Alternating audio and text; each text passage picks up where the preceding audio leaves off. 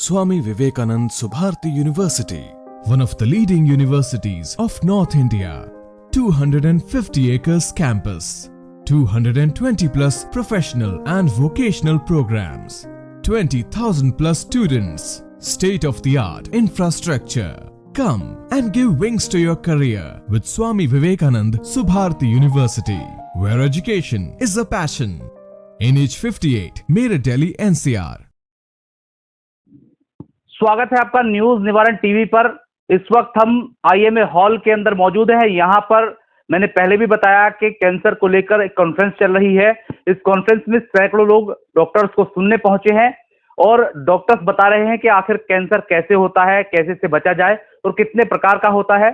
खासतौर से अब आपको शायद ये सुनकर बड़ा हैरत की बात लगेगी कि कैंसर अब एनवायरमेंट से होता है, यानी कि पर्यावरण की वजह से भी कैंसर हो सकता है। उसी के ऊपर डॉक्टर उमंग मित्तल साहब मेरे साथ मौजूद है, कैंसर के स्पेशलिस्ट हैं और मेरठ कैंसर हॉस्पिटल के ऑनर हैं।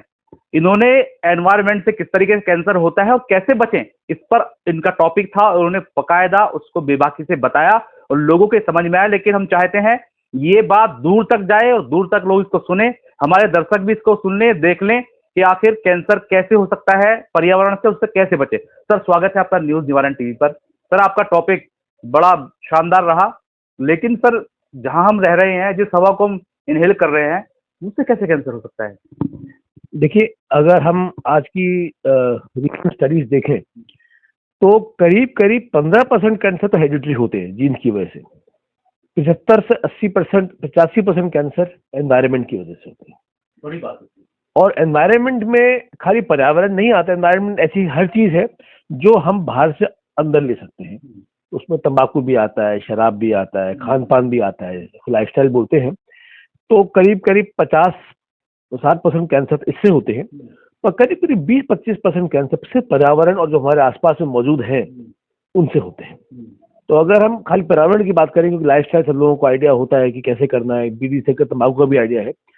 पर्यावरण के अंदर हम बात करते हैं तो पर्यावरण में एक बहुत इंपॉर्टेंट चीज है, वह सनलाइट। सनलाइट बहुत जरूरी है ठीक होने के लिए भी, लेकिन कैंसर भी करती है।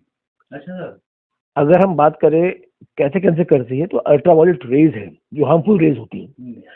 जैसे जैसे ओजोन की परत पतली होती जा रही है, एयर कंडीशन में सीएफसी होता है, हाइड्रोकार्बन्स होते हैं, वो जब यूज होते हैं तो हमारे ओजोन की परत पतली होती है।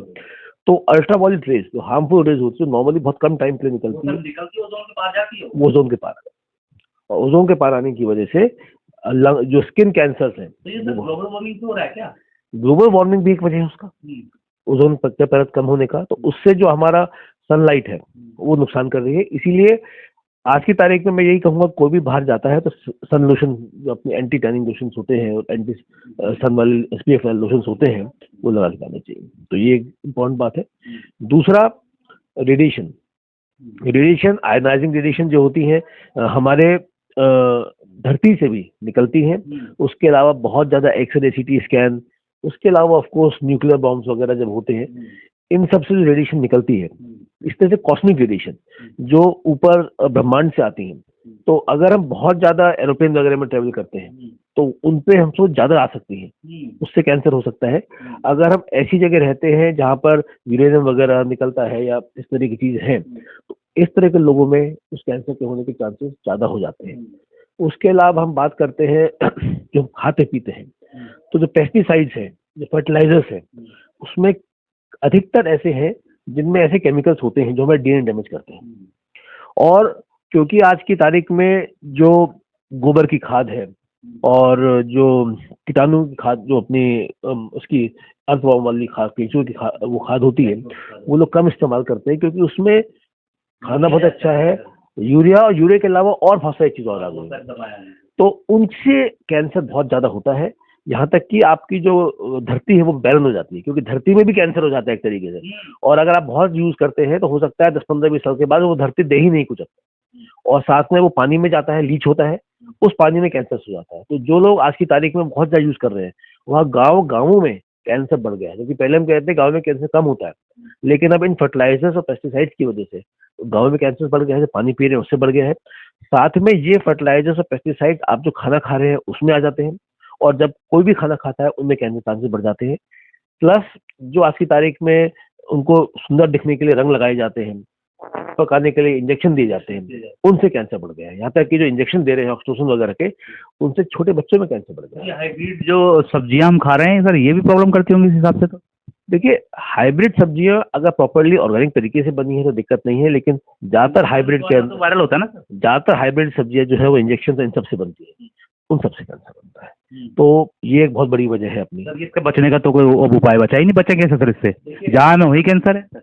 इसीलिए मैं तो ये कहता हूँ कि भाई सारा 5, 6, 10, 15, 20 लोग मिलके अपनी खुद खेती करें, खाने पीने की चीज खुद बनाए, ताकि कम तो कर सकते हैं, खत्म तो नहीं कर सकते। जहर तो धरती में ही जा रहा है सर, वो फिर कैसे बचा जाएगा? यही करना है कि लोगों को बताएं, फार्मर्स को भी बताएं कि जैसा आप पहले करते थे वैसे जाइए। ये अवेयरनेस की भी बात है सर, और गवर्नमेंट को इसमें कहीं ना कहीं स्टेप लेने होंगे। और जितनी भी एक कीटनाशक दवाइयां हैं, ये जितना यूरिया है, गवर्नमेंट को चाहिए कि कम से कम बनाए और लोगों को अवेयर करे कि कम से कम इस्तेमाल हो। तो अच्छे वाली होती है उनको इस्तेमाल करें, जो बाहर जो बैंड है पेस्टिसाइड फर्टिलाइजर वो ना यूज करें।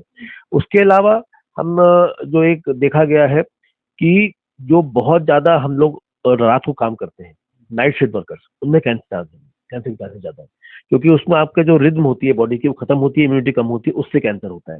अगर आप बहुत ज्यादा कॉफी चाय पीते हैं उससे कैंसर होता है। शराब अगर 10 ml भी कोई लेडी पीती है उसको ब्रेस्ट कैंसर चांसेस बढ़ जाते हैं। तंबाकू तो खैर है ही। 10 ml का मतलब तो दवाओं में आती है इतनी, तो कफ सिरप में आती है। तो अगर रोज पियेंगे तो उससे होगी, इसलिए रोज दवाई भी नहीं लेनी चाहिए। आपको अपनी लाइफ स्टाइल इंप्रूव करनी चाहिए, ज्यादा दिन की आप दवाई से अपने को ठीक करें। इसी तरह से जो पाउडर है, जो बच्चों को पाउडर लगाते हैं उनसे कैंसर होता है। औरतों में उनसे ओवेरियन कैंसर्स होते हैं। अपना जो मेटल वगैरह हम यूज करते हैं, कैडमियम बैटरीज में है, मैंगनीज आपका, क्रोमियम आपका पॉलिश में होता है, उन सबसे कैंसर होता है। जो बाल को रंग करने के लिए हम इस्तेमाल करते हैं उनसे कैंसर होता है। यहाँ तक कि जो बार्बर्स हैं उनमें कैंसर ज्यादा होता है, क्योंकि वो उन केमिकल्स को हमेशा यूज करते रहते हैं।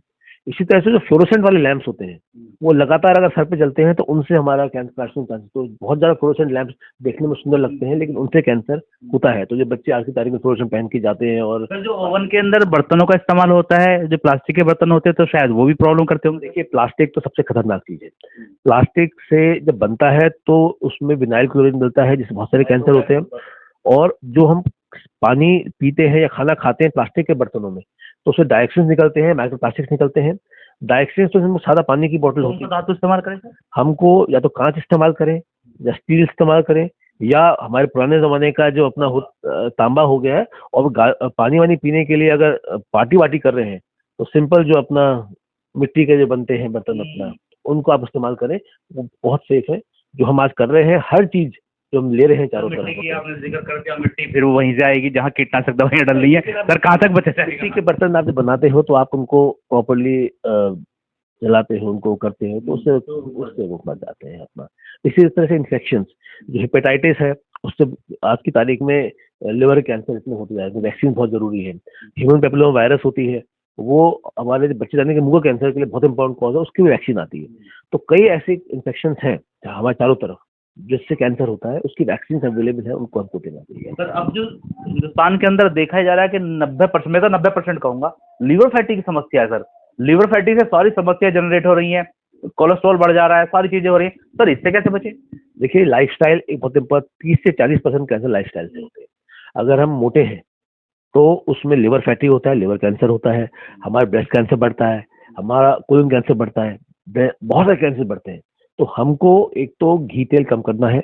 रेड मीट एक बहुत खराब चीज है। देखिए, जहाँ पे किसी जमाने में नहीं उगता था वहां पे वो चलता था क्योंकि जरूरत है, लेकिन जहाँ पर जैसे इंडिया में बहुत कम इस्तेमाल होता है प्लेन्स में, क्योंकि वहाँ उग सकता है।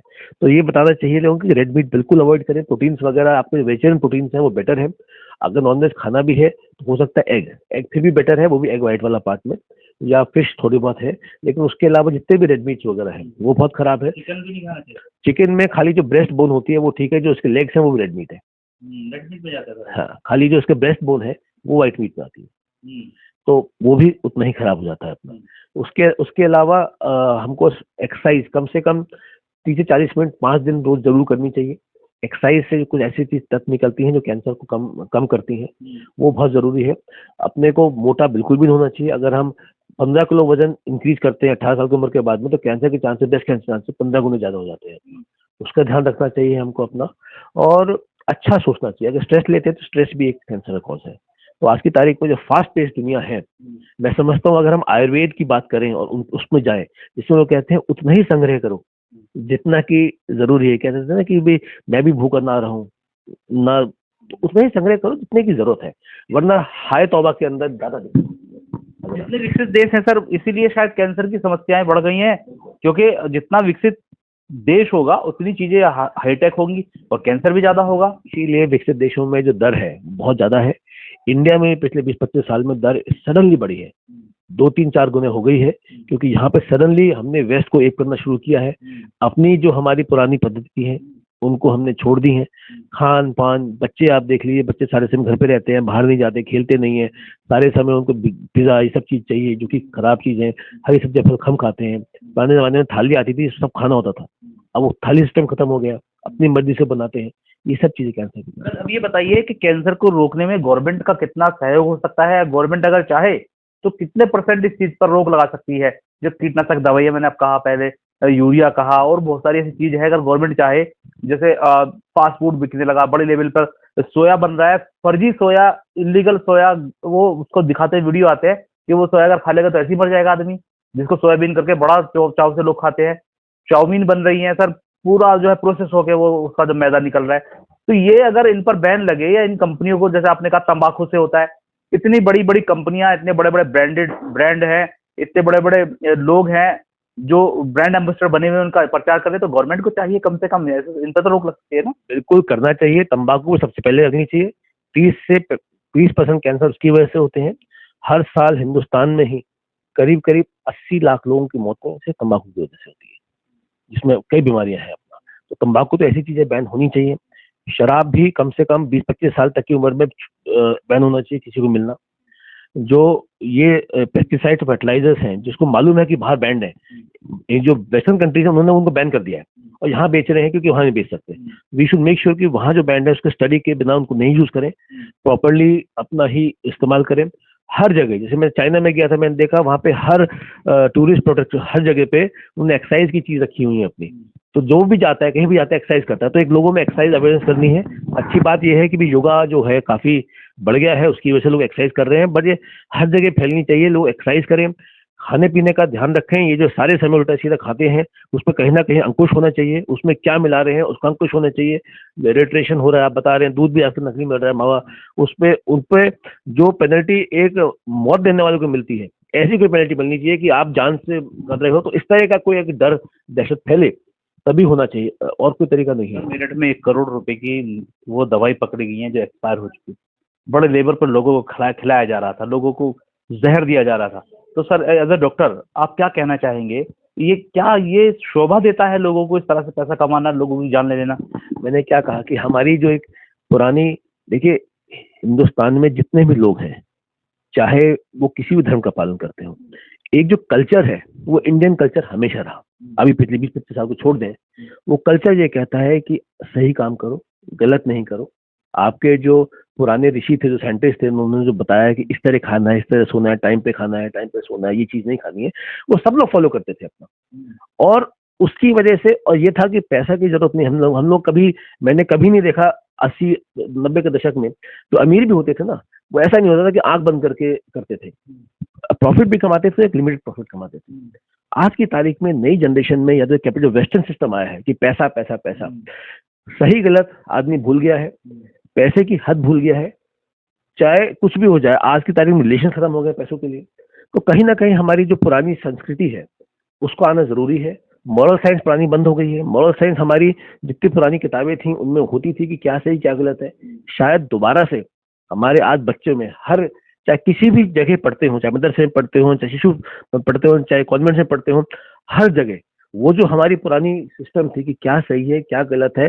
पैसा जरूरी है, लेकिन ऐसा नहीं है कि उसके लिए आप अपनी जिंदगी खराब कर दें। हाँ, तो उसको सीखें, कितना जरूरत है वो सीखें, तो शायद नेक्स्ट जनरेशन में कुछ चेंज आ जाए। अभी लेकिन आज नहीं करेंगे तो अगली जनरेशन में और ज्यादा नुकसान होगा। तो मेरे साथ डॉक्टर उमंग मित्तल साहब थे, मेरठ शहरी नहीं, पूरे देश के जाने माने डॉक्टर हैं। आधा समय हिंदुस्तान में रहते हैं, आधा समय विदेशों में रहते हैं। पिछली बार बात हुई तो स्पेन चले गए सर। तो कुल मिलाकर बात यह है कि पूरी दुनिया का ज्ञान इकट्ठा करके इन्होंने यहाँ पूरा उड़ेल दिया है। आप इसको देखिए, सुनिए, समझिए और जो अपना बेहतर कर सकते हैं अपने जीवन शैली में, अपनी लाइफ स्टाइल में, वो करने की कोशिश कीजिए। लोगों को भी जागरूक करिए, खुद भी जागरूक होइए, क्योंकि जिस जगह हम रह रहे हैं, जिस पृथ्वी पर हम रह रहे हैं, सर ने बताया कि ओजोन परत कहीं ना कहीं पतली हो रही है, ग्लोबल वार्मिंग बढ़ रही है और धरती के अंदर जो हमें अन्न देती है, जो माता अन्न देती है, जो धरती अन्न देती है, उसके अंदर भी कैंसर हुआ है। वो उसकी वजह से भी लोगों को परेशानी होगी। जितना कीटनाशक दवाइयां हैं, यूरिया है, जो किसान भाई इस्तेमाल करते हैं, कोशिश करें कि कम से कम इस्तेमाल करें और लोगों की जान बचाएं, अपनी जान बचाएं। बात बहुत है करने के लिए, लेकिन लेखा जोखा निचोड़ यही है कि कम से कम अपने स्तर से कोशिश कीजिए। एक दो लोगों को आप समझा सकते हैं तो समझाइए और कोशिश कीजिए कि आज हमारा देश जैसे पहले था वैसे ही हो जाए। और अगर ये बढ़ेगा, ये समस्या बढ़ेंगी, तो मैं समझता हूं कि बहुत बड़े लेवल पर जान हानि होगी और पैसे की हानि होगी। दीजिए इजाजत। जय हिंद।